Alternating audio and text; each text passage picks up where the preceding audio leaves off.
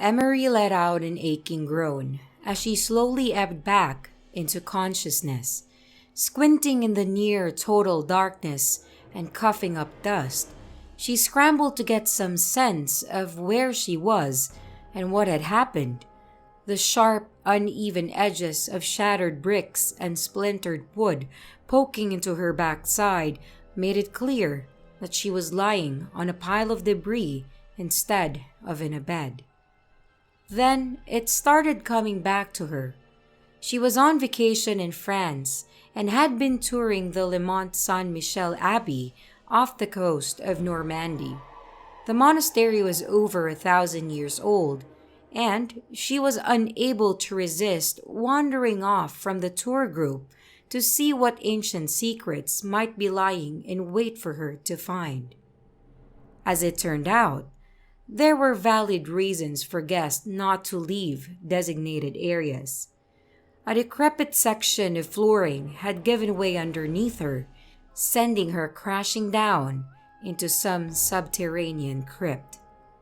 She began checking herself for any bleeding wounds or broken bones, but instead, her hand brushed up against the cold, chitinous carapace of some unknown insect.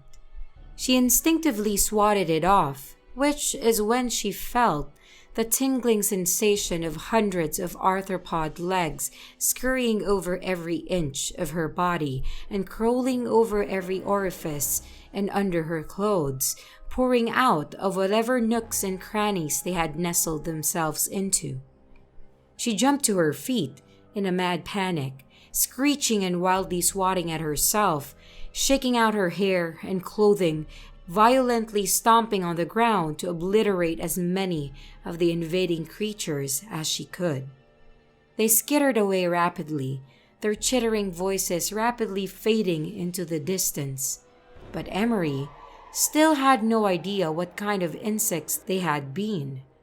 As her panic gave way to a visceral sense of primal revolution, she gagged and dry heaved as she fought to return her quickened breathing to a normal pace.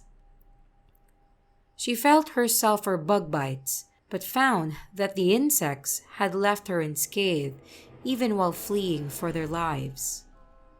Once she was convinced that she had not been seriously harmed by either the foal or the swarm, she reached for her phone. To her dismay, she found only half of it was in her hand, while the other half remained in her back pocket. Ugh, cheap piece of crap, she cursed, tossing the useless broken half into the darkness. She reached now for her Zippo lighter, and to her relief, found it intact. She flicked it to life, but the light from the tiny flame did not extend far. She could see that the ground beneath her was stone and smeared with the remains of the bugs she had trampled. She crinkled her face in disgust and turned her head upwards to see where she had fallen from. High above, there was the dimmest twinkling of light, and with it, hope of rescue. "Hey!" she screamed as loudly as she could. "Is anyone up there? My name is Emery Bailey. I fell through the floor. I'm still alive. Can anyone hear me? Hello?" Her head snapped back down to face the darkness when her cries were answered by a distant raspy moan.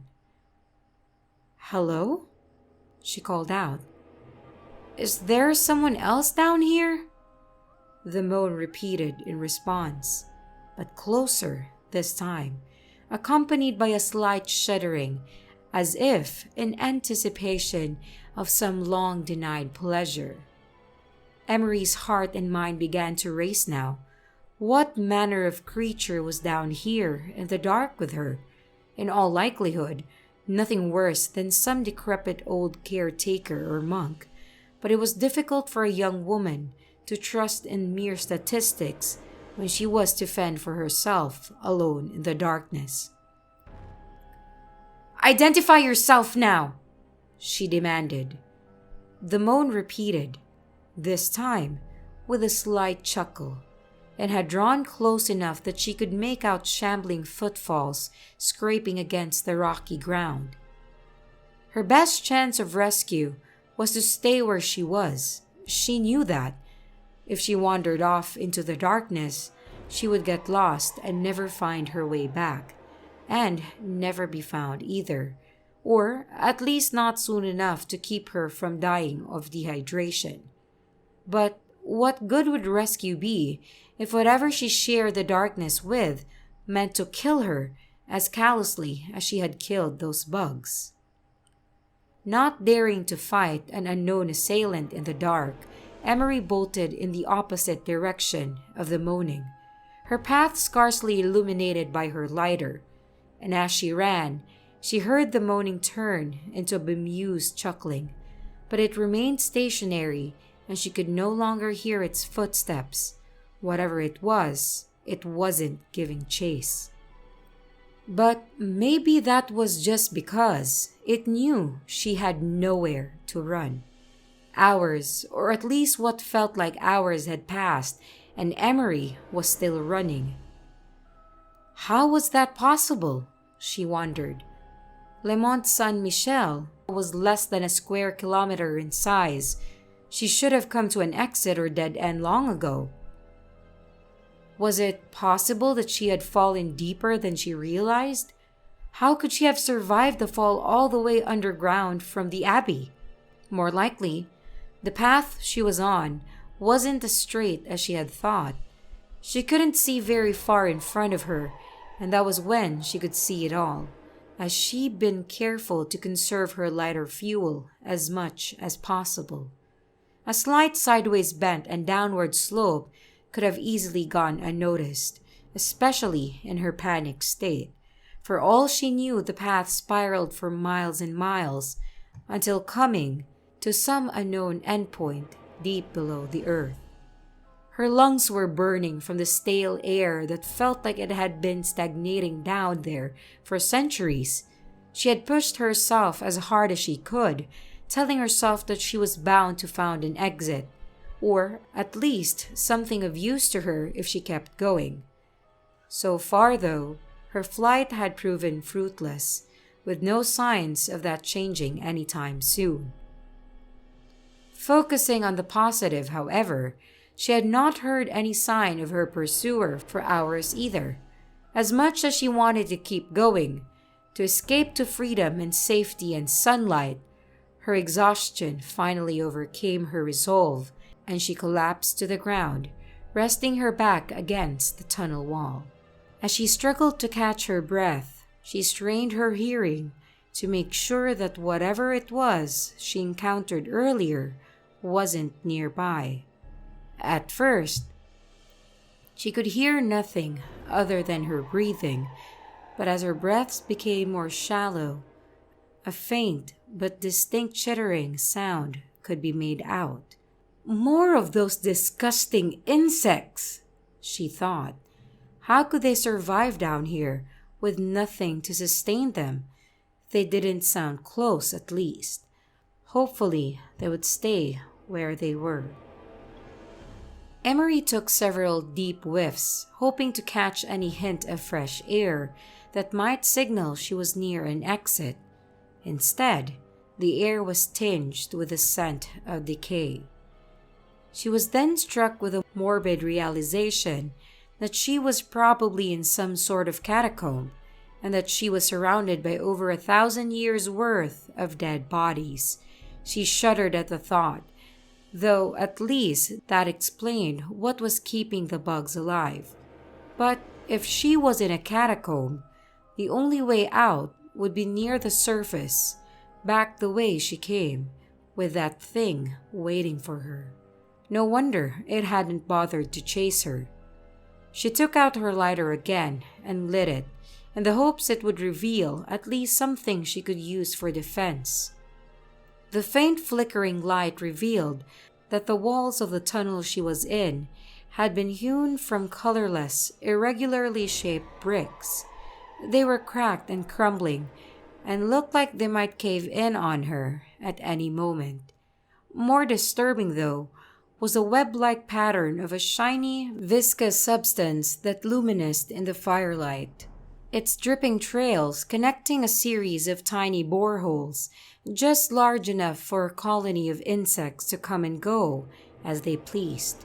Though she couldn't be sure, when she had ignited the flame, she had thought that she'd seen a number of insects scatter back into the darkness or into the walls.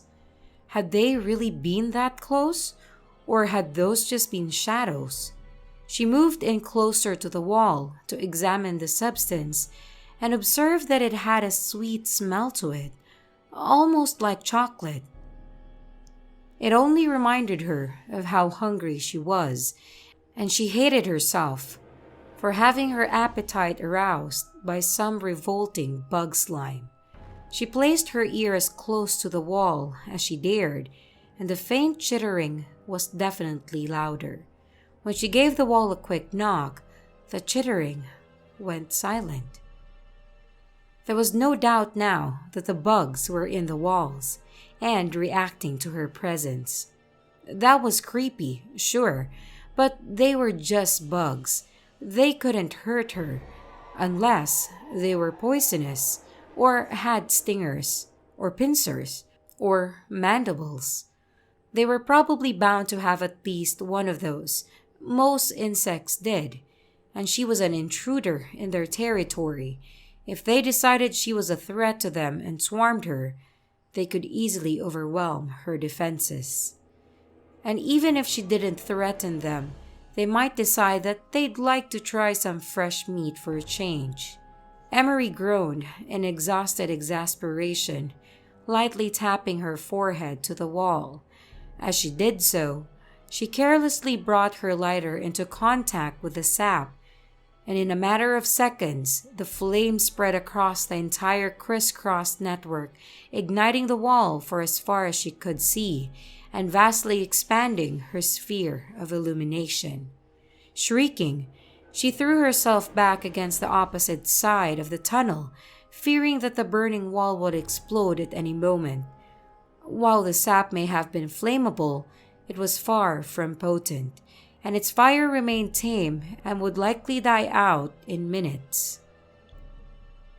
When the tunnel failed to explode or collapse, Emery's pulse and breathing began to return to normal. She realized then that this was actually quite fortunate. Her path was now lighted, and it was now obvious that the trails were thicker in one direction than the other. That presumably meant that the bugs traveled that way more often than the other, which implied there was something useful to them down there, maybe even a way out. Taking full advantage of the firelight, she ran forwards as quickly as she could, and before long, she spied something fixed to the wall and gleaming in the dull orange flames. It was an old, likely ancient bronze torch. Poor Emery had been in such a state of despair that she deemed its discovery nearly miraculous in its serendipity. Despite it being a logical enough thing to find in a tunnel built before the era of kerosene lamps, let alone electric lights. God knows how many of them she had blindly wandered past earlier. She grasped it firmly in her hand and removed it from its sconce. It had some heft to it and would do as blunt weapon if nothing else.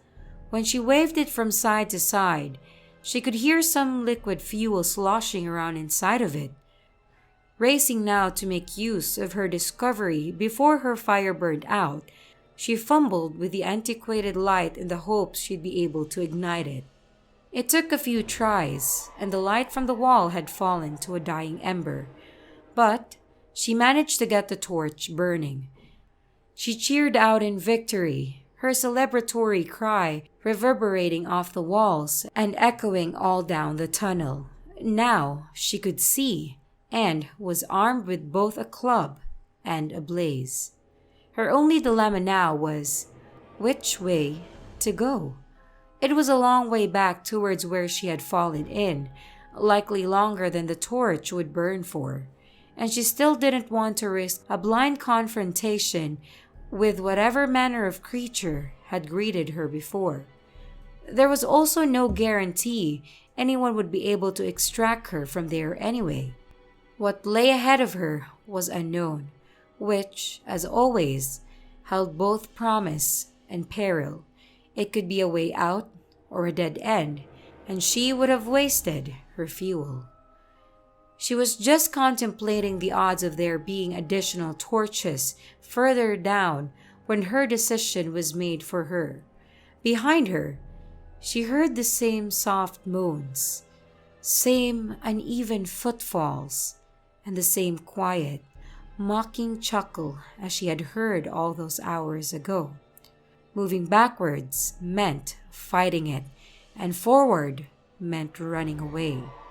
Even more ominously, the insects began crawling out of the cracks between the bricks, and at the sound of its approach, no longer fearing the light, Emery was finally able to get a good look at them. They were beetles, maybe some type of scarab. They were round and fat, an oddly appealing color of brown, and they were advancing on her now. With that disproportional super speed that all insects have, covering many multiples of her own body length every second. Rather than engage them or even risk a glance at her more human adversary, she fled further down into the tunnel, the thing once again letting her get away without so much as increasing its pace, while the insects merely slunk back into whatever crevices they had spawned from. A riling in her stomach let her know that it did not bode well. As it turned out, there were more torches hung along the tunnel walls. Most of them still had a little fuel left in them, and Emery was able to top off her own torch, allowing her to ward off the all-consuming darkness as she continued her descent. She had hoped that the light source would help her to find anything that could indicate how she might find a way out. But so far, the tunnel was completely unremarkable, other than its seemingly infinite length.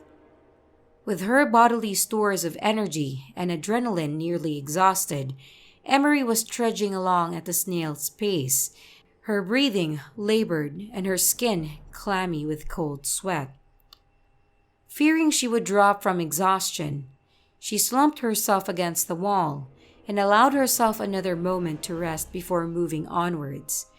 Through her arduous breath, she once again detected the faintest whiff of chocolate, except this time, it wasn't like chocolate. It was definitely chocolate.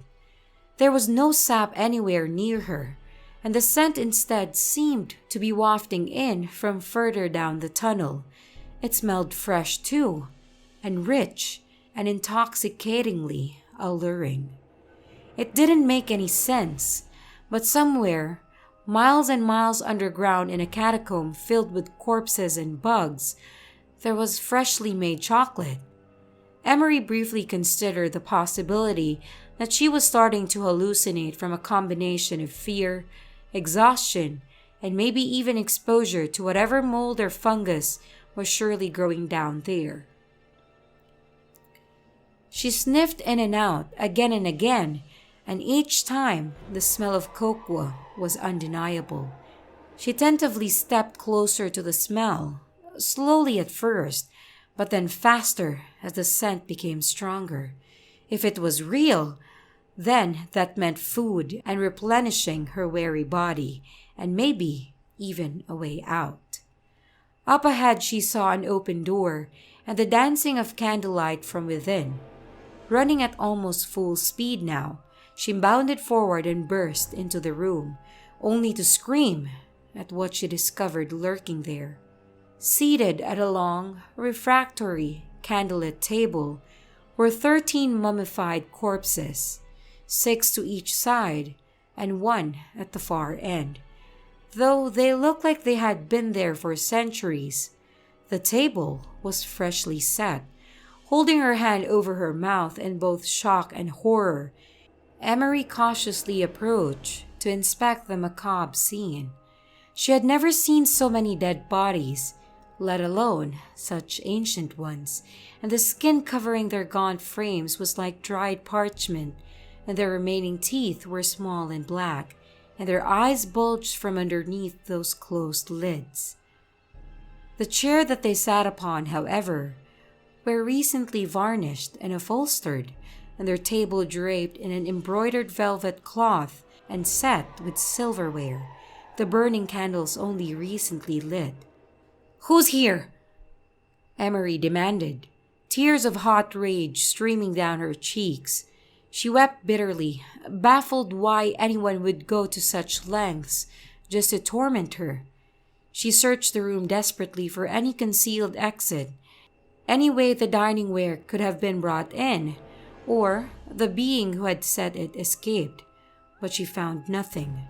When she finally accepted that there was no way out, she sat on the floor and hugged her knees, crying over the cruel insanity of it all. She would have to trek all the way back up to the beginning, but she couldn't do that on an empty stomach. That's when she finally let herself contemplate the cuisine that had been so carefully placed upon the table spread. It was chocolate. Thousands upon thousands of chocolate truffles piled high upon the plates of the corpses and the large serving platters in between them. Obviously, it wasn't to be trusted.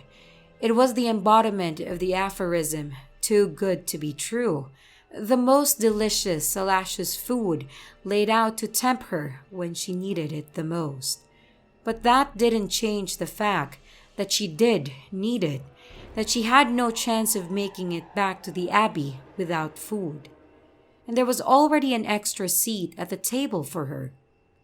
Wearily, she got up and walked over to the decadent banquet and its descendant guest. She hesitantly picked up a single truffle from the plate, eyeing it suspiciously, looking for any signs that it wasn't what it appeared. She raised it under her nose and sniffed it, and as soon as its deliriously delightful aroma entered her nostrils, she lost all self-control and shoved it into her mouth. Biting down, her tongue was greeted with a gooey, crunchy taste of rich, dark chocolate, the best she had ever tasted. "Oh my God!" She shivered in a near orgasmic joy, her legs literally giving out beneath her and forcing her to sit in the empty chair, the euphoria completely obliterating her terror and fatigue. She began shoveling the candies into her mouth like Augustus Globe, now oblivious to the dead bodies mere feet away, the entirety of her focus dedicated to the impossibly sensuous feast. She almost couldn't stop, not until her stomach became bloated and nauseous. Reluctantly, she slowed down, leaning back in her chair and taking more savory bites as she felt a blissful food coma starting to set in. Or at least, she thought it was a food coma, until she heard the chuckling moans and footsteps of her stalker coming into the room, and she was too lethargic to even turn around. "You're in my chair," it spoke at last, but even then, Emery couldn't be bothered to look. She was so tired, but she wanted more candy. Why was moving her arm so hard? It felt like it weighed more than she did. When she finally did manage to reach for another chocolate, her effort was wasted as it moved out of her grasp.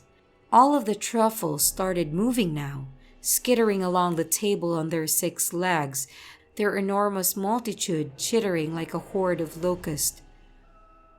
The beetles?" Emery asked groggily.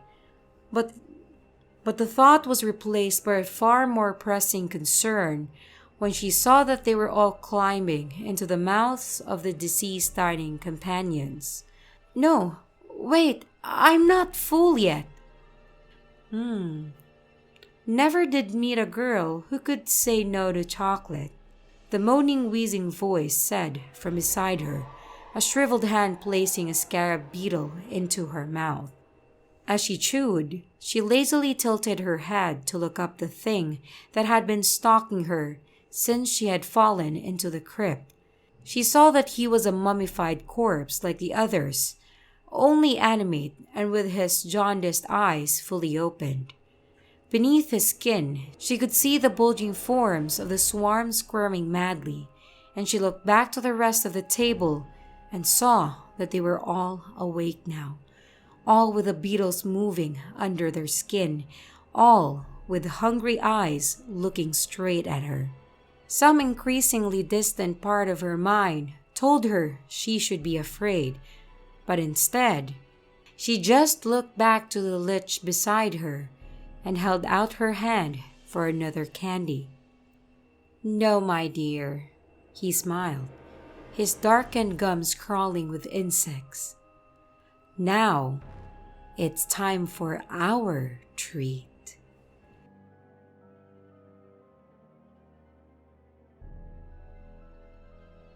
Hello, my creepy brothers and sisters. It's your creepy sister here. Thank you so much for watching the video. This awesome story was written by the Vesper's Bell, but he or she has written so many other great stories, and you just have to check it out. The Vesper's Bell is an amazing writer who also has a book available on Amazon, which is called The Heroic Chronicles. Check the link to his or her book and the other stories in the description of the video.